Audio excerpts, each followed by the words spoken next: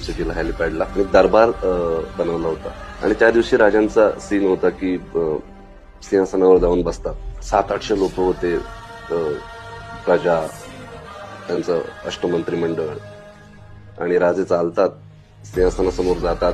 तो ट्रेलरमध्ये पण शॉट आहे, बघाल तर तुम्ही. आणि त्या सिंहासनाकडे बघतात आणि त्यांना मोठ्या महाराजांचे शब्द आठवतात की शंभू हिंदवी स्वराज्य व्हावे ही श्रींची इच्छा, आणि मग पायऱ्या चढतात आणि सिंहासनावर जाऊन बसतात. राजे इतके चांगले परफॉर्मर आहेत, म्हणजे is one of the brilliant actor.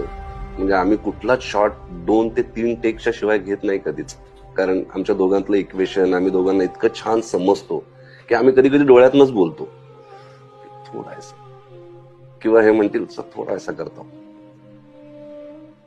किती 15 टेक झाले होते, कारण ते यायचे चालत त्या सिंहासनाजवळ, सिंहासनाला बघून ज्या मागवर उभं राहायचं होतं तिथे उभं राहायचे आणि त्यांच्या डोळ्यातनं घळा अश्रू वाहत होते प्रत्येक टेक.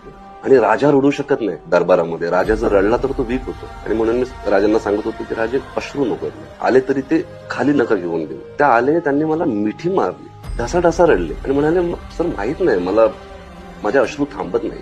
आणि कळलं की तो दिवस अनायसे तोच दिवस होता ज्या दिवशी छत्रपती संभाजी महाराजांचा राज्याभिषेक झाला होता. आणि त्या दिवशी त्या दरबारात असणारे जवळजवळ 700 ज्युनियर्स रायगडचा सेट लावला होता फिल्म सिटीला.